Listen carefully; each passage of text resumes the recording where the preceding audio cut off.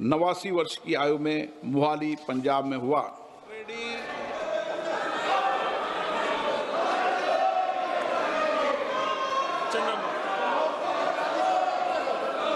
Question number 61, sir.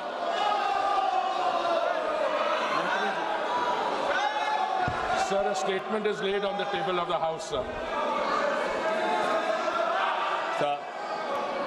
Sir, through you, sir, I'd like to ask the Minister whether the entire country is covered by the CNG network and what is the government doing to promote CNG in the country, sir? My first supplementary.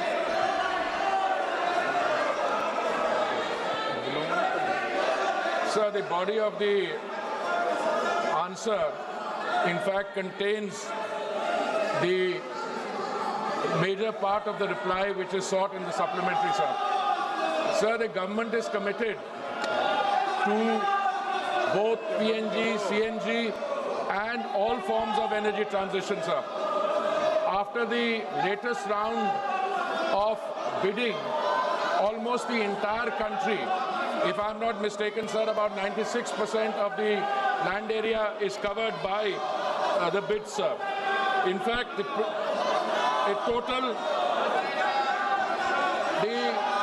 coverage, sir, in terms of PNG connections in 2014, sir, was 25 lakhs. Today, those connections have increased from 25 lakhs to 1.5 crores. Insofar as CGD stations are concerned, sir, these have also increased in number. Insofar as the geographical areas are concerned, sir, almost the entire country is now covered by this clean energy. It is our effort now to go beyond the land area of the country to also move in the direction of the island territories, sir, and all efforts are being made, not only here, but even in cylinder gas, which is the product of a refinery, sir. In 2014, we had 14 crore connections. Today we have 33 crore, 40 lakh connections. PNG, which is piped gas, compressed natural gas, there also, sir, the number of connections, the number of stations. This question, sir, is actually on the number of connections in the city of Hyderabad, where the Allotee has actually got 83 stations and they are catering to 55,000 customers. And in fact, they are putting in more capex. There is going to be an expansion there.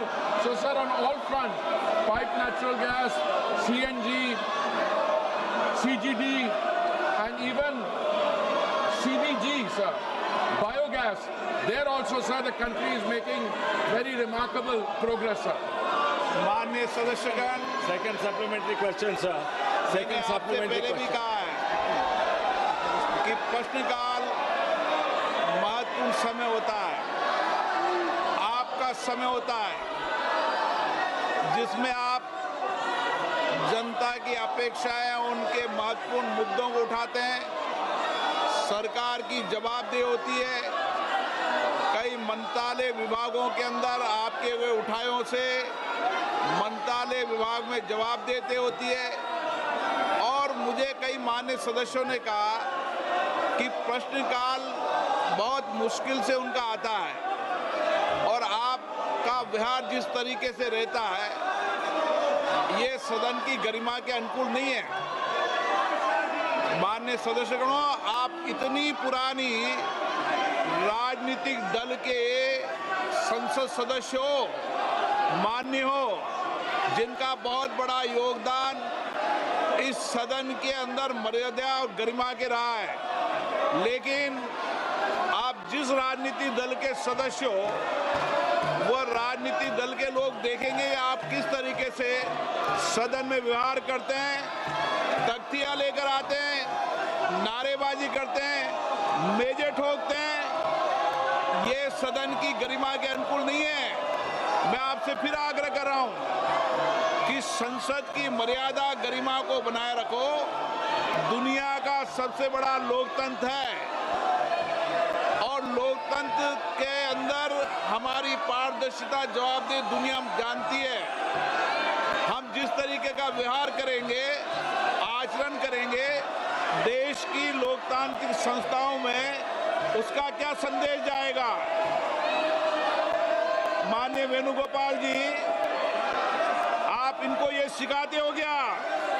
नारेबाजी करना, तख्तियां लेकर आना, मेज थपथपाना, ये आपकी party के संस्कार नहीं रहे।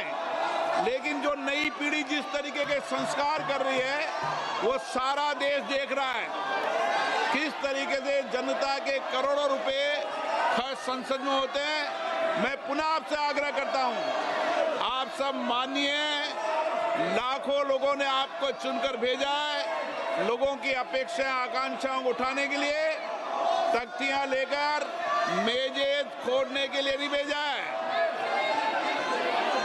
मैंने पुनः आपसे आग्रह किया है, आप अपने अपने आसन पर जाएं, प्रश्नकाल के बाद नियमों के तहत आपको हर मुद्दे विषय पर बोलने दिया जाएगा। मैं फिर कह रहा हूं, तख्तियां लेकर आने पर सदन नहीं चलेगा। आप या तो सीट पर जाएं, नहीं तो सदन की कार्रवाई आज 2 बजे तक के लिए स्थगित की जाती है।